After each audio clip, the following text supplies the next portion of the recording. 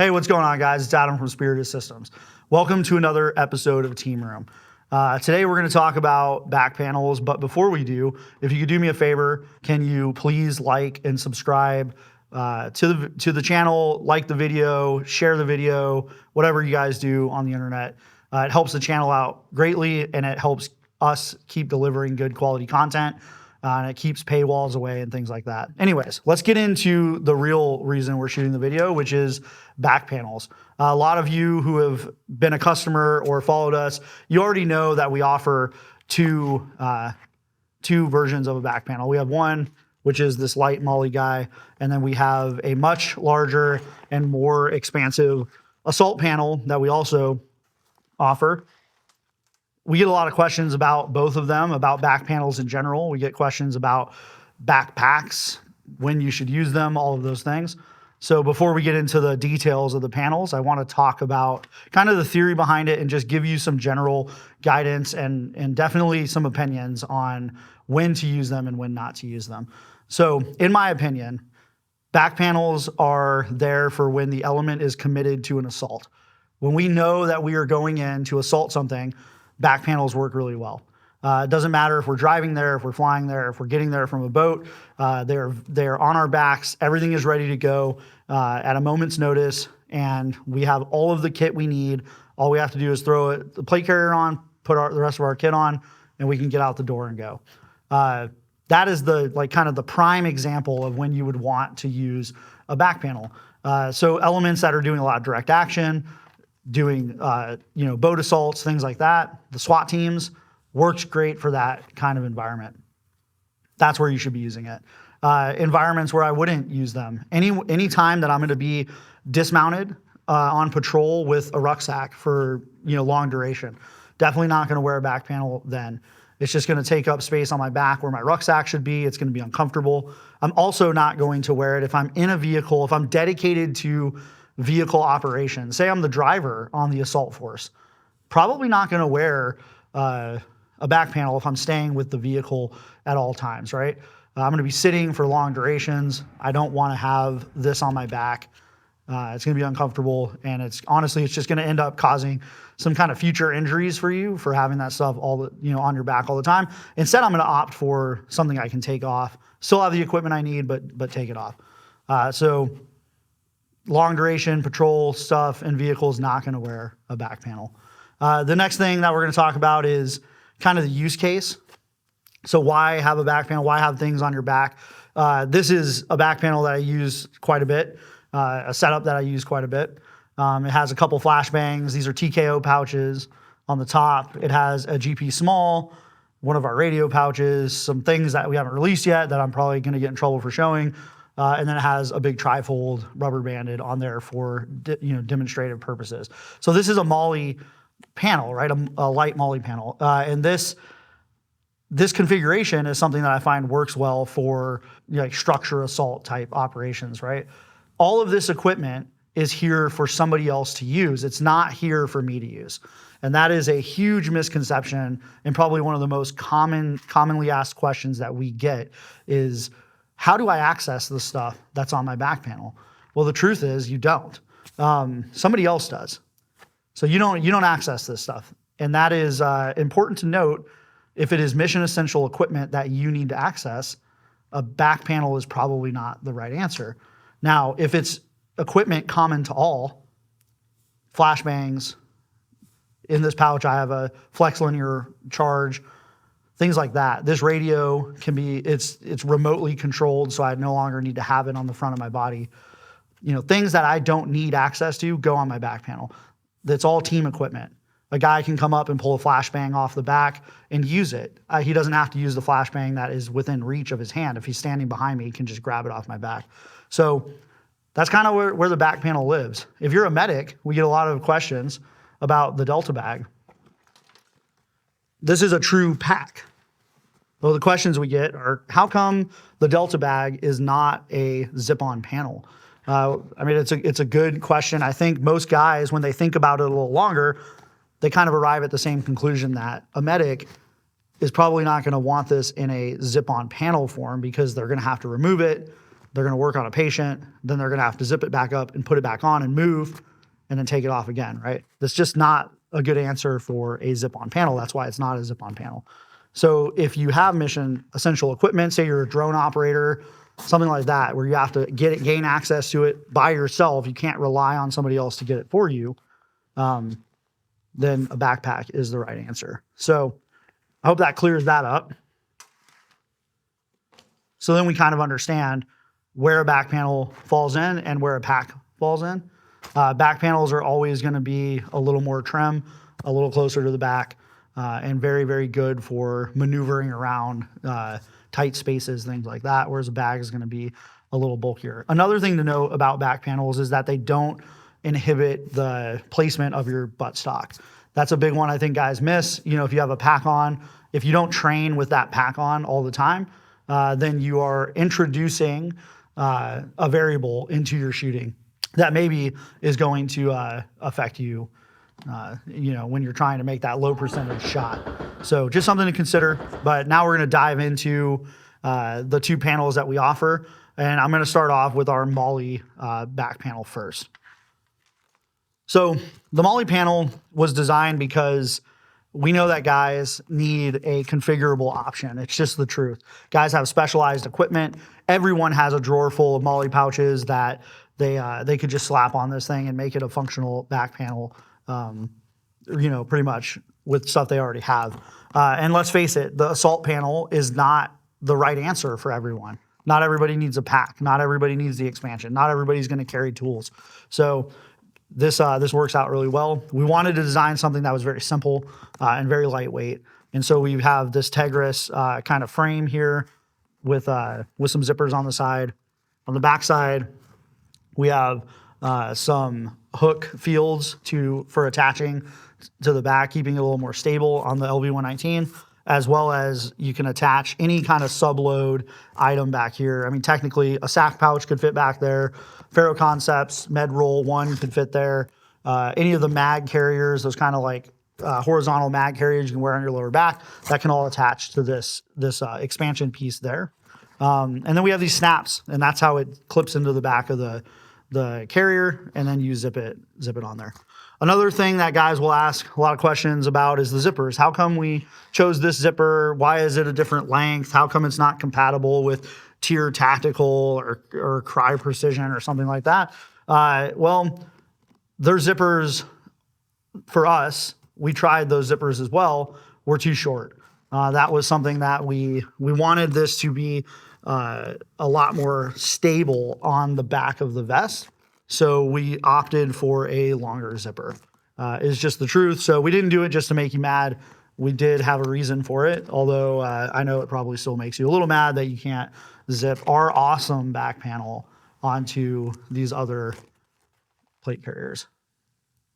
Because that's what you wanted to do, is put our stuff on the other carrier. But here's a great example of the Molle panel in use. This is a real world example, right? This is the Marine Corps. If you're in the Marines, you're very familiar with this because you probably got issued this exact hydration bladder. I don't know if you guys know this, but one of the guys shooting the video donated this to us because he was a Marine.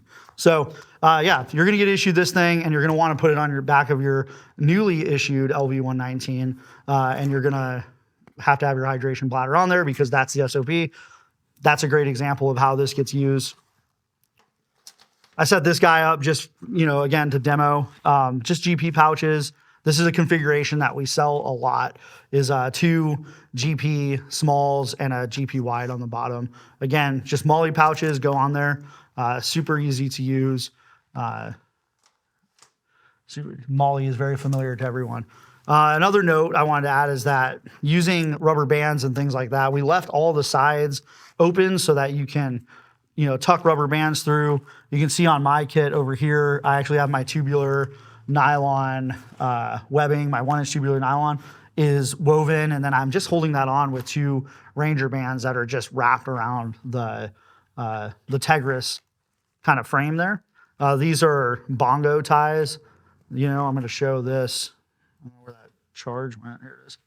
So if you're a guy who gets to carry the big old bifold, rigid linear charge, These things work really well. You can get these off of like any photo website. They're called Bongo, dude, like the drum. I just had a demo given to me to understand. But these things work great. So you can see, again, it's just a way to lash things to the back of it. So I really like the Molle panel because it is a versatile option. It's super lightweight. So if you have an LV119 and there's nothing on the back, you can actually just wear the panel without any pouches on it. And you can do things like this with it, which is super useful. But besides that, it's a Molle panel, so pretty easy to explain. Now, the next thing we're going to talk about is the assault panel, and specifically, we're going to start with the assault panel core. It's a lot, guys. So, if you need to pause the video, go get a drink or whatever, now's the time to do it because we have a lot of information to cover because there's a lot of features on this. This is one of those products that I was just like, we're doing everything that I want to do on the product. So first off, it's a zip-on panel. Again, it attaches in the same way that the Molle panel attaches. We have connection snaps on the back as well as some hook and then zippers on the sides. So that's pretty easy. You can see at the top right now, there's just this blank field of loop. And that's because it accepts flaps, which we're going to talk about. There's a couple laying around the table. So one of the things that I'm going to talk about first is the core itself before we get into any of the flaps, because you can actually utilize the core without any of the flaps if you want to wear it without it. And, if you're just carrying a tool or something and you don't need the added features of a flap, you can wear this without it. So we have these snaps up here, and then you can see there's actually snaps embedded in the Velcro. This is a feature that I've seen a lot of guys actually using recently, so I just wanted to point it out. These snaps can just be, attached. These are the same snaps we would use with the flaps, right? But we put these snaps down here so that you can close this up if you aren't wearing a flap. So just something to note. Another thing without a flap on it I wanted to point out is that behind the GP pouch, there's actually a void there. And this Velcro is shut. Right now, this is a full nerve center conformal battery. So Galvion makes that, by the way. But you can fit stuff like that in there. You could actually fit probably 3 of those behind the pouch. It's a nice little stash spot for, well, you're going to see for charges is mainly why it's there, but you could also put other items down in there, E&E stuff. You could have a small E&E kit in there. Things that you don't want kind of just in the mix all the time can just be stashed back behind this pocket here. You can see pretty big space back there. So there's that. There's obviously the GP pocket. You can see that. That is not very revolutionary. It is just a big pouch. It is Velcro lined. It has tie down loops in it so that you can tie your equipment down. Again, we wanted to just give you a big option for just carrying stuff. It will not fit a gas mask. One of the most common questions we get, will the GP flap there fit a gas mask? No, if it could fit a gas mask, it would be gigantic.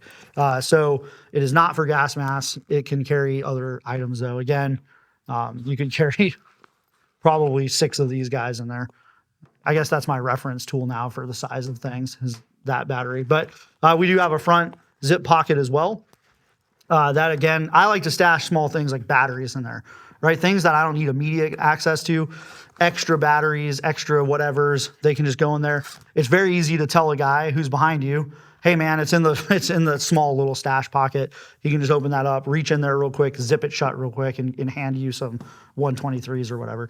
And then we do have a field of loop so that you can attach all of your cool placards on there that tell everybody what job you're doing on the objective. So that's kind of the front side there. Moving around to the side, you can see that there are 2 zippers. This is another thing that confuses people, and we get a lot of questions about why are there 2 zippers? Well, it's very simple actually. This zipper, position 1, is if you zip it to the back of the LV119, and that gives you this expandable space. So you can see that there's actually quite a bit of room in here. So that gives you those extra couple inches. If you don't need that space, if you want this to be very tight to the back, you just zip it in position 2, and it goes over that first zipper, and it's very, very tight to the back of the plate bag then. Very, very tight. We also have 6 tie down points on either side so that you can, again, use cordage of some sort, shot cord, 550 cord, rubber bands, whatever, and you can attach, again, linear charges, things like that. Big things that you have to carry onto the objective, you can attach those to the side. So these guys right here, these little wings on the side, these confuse people a lot as well. But again, they're very simple. If you have this in the pack expansion mode, you'll just put these inside of your LV-119, where the cummerbund goes in the rear plate bag, and attach them to themselves. And that will give you a very secure back panel. It will also prevent this zipper from riding up under extreme load, right? As you have a lot of weight in this pack, there is potential for the zipper to start drifting a little bit. So this will prevent that from ever unzipping and coming off if you're running and jumping and things like that. It's going to keep that zipper in place. So that's how that works. What I usually see is that guys will have this, and it's not necessarily a misuse of it, because we put the Velcro here so that you can use it to compress the outside of the bag as well. So guys we'll see a lot of guys using it this way.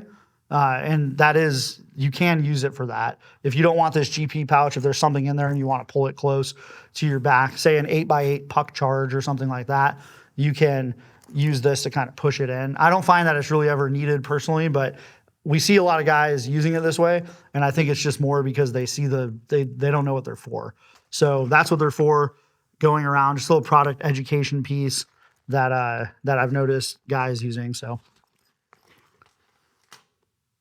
one of the big features of this assault back panel, that's just the core, this is it all put together, are these flaps, right? So you can see right now we have a flashbang flap attached to the top. And it's pretty simple how this works. There's a zipper on the top of the flap, and then it zips on to the top. It has 2 zippers on it, so they can go kind of either way, which I'll show you on this guy. So these zippers can go, they can go both ways, bidirectional, and you can open up a void here, and you can store things like radios. You can have antennas coming out. You can put charges in there. You can put tools in there, and you'll have a nice hole there to access. And you can also just zip it shut and not have it. These snaps prevent the flap, should this zipper disengage, because this, the zipper can come all the way off. If that zipper disengages and pops off, at least your flap's not going to go anywhere, right? You have these kind of security pieces there. They'll also prevent the zipper from running off the edge if you have them snapped. So, this guy, they kind of can't really come undone if that is secured properly. This one has 2 snaps on it so that you can tighten it down if you're carrying bolt cutters or something in there. You don't want them to ride all the way up. You can snap that very close. If you need a little more space, you can snap it a little more loosely there. So the zippers, they do lock. These are camming zippers, so they will, you can see I'm pushing it. It's not going anywhere, but if I pull the zipper pull, now it will move. So those will lock in place. So if your tool is sitting there kind of bouncing against it, it's not going to unzip on its own. That's how you access that.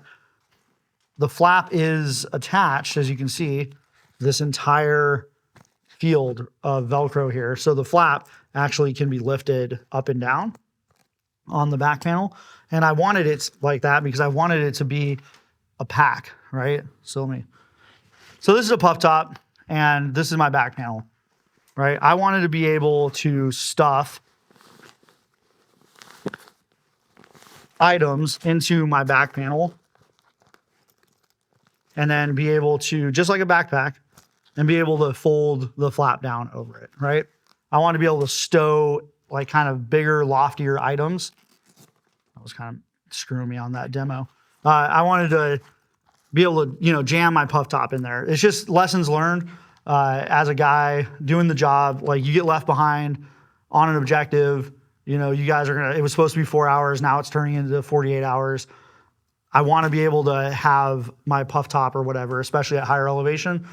So you could just stuff it in there, right? It is a pack as well as a back panel. So that was something that we really wanted kind of to have. You can see on this guy as well, he has this beaver tail pop down, whereas this, this other example, he doesn't, right? So every single one comes with this beaver tail that can be deployed out of the bottom. So you basically just push it out. There's 3 snaps on the bottom that you just undo, and you can push that beaver tail out to, again, expand the carrying capacity of the pouch there. So the assault panel is really designed to be able to carry, anything that you have with you. Let me see a tool here. So like your breaching tools, things like that. This is a one without the beaver tail deployed. You can see how high that tool is sticking out of the top. And then we have something like this guy.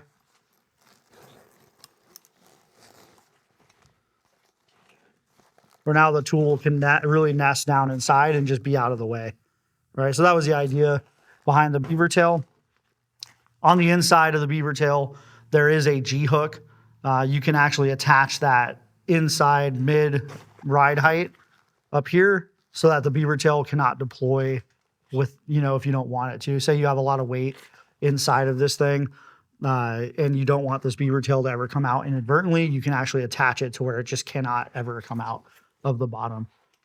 The assault panel core is, large enough. It can accommodate 117 Golf radio, a Harris 117. That's pretty big radio. You can actually stuff one of those in the back of the assault panel. So there's quite a bit of space in there. We have 3 different flaps right now. So the flashbang flap, which, we just kind of talked about a little bit. It is 2 pockets. You can see has 2 pockets. These are flap pockets. I'm gonna have to open one. It's gonna be loud. So these pockets can accommodate pretty much every flashbang out on the market, including Liberty Dynamics flashbangs, DefTech, both sizes, Rheinmetall flashbangs. It can accommodate all of them. The flaps are removable if for some reason you want a different kind of flap, or if you have a custom shop that can make you a different kind of flap, you can remove them and you can add a different flap to it. Every single one of our, including this one, every single one of our flaps has a pass-through behind it. And this is probably the most useful feature of the back panel and also the most overlooked. So you can see this pocket right here, this GP pouch has a charge stuffed behind it. And there's 2 slots here. You could put a total of 4 1-inch charges behind, the flap here.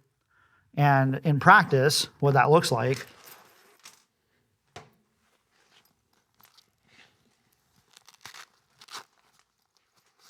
I can actually jam a charge down, and that void behind the GP pocket or GP pouch that we were talking about, now I can stow charges behind all of my stuff, right?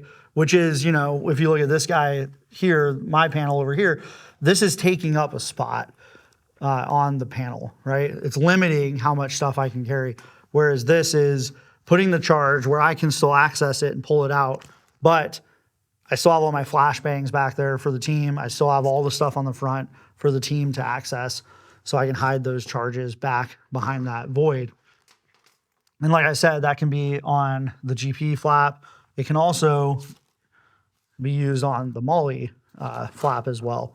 And so we have those 3 options: flashbang, GP, which is just a GP wide.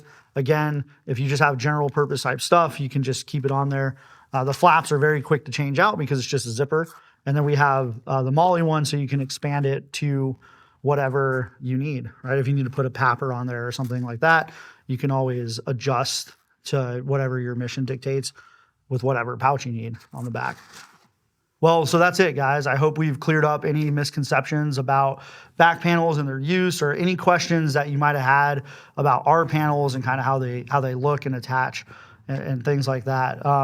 Again, I want to say I appreciate you guys. Thanks for tuning in to the show. Like, comment, subscribe, all of that stuff. But really, we want your feedback on what team rooms you would like to see. Like, what episodes would you like to see? So comment below, tell us, because we actually read those. We keep a tally of suggestions, and then that will sway the direction that we're going to go for the next video. So, comment and have your voice be heard on the next video. Again, we appreciate it, guys, and we'll see you next time.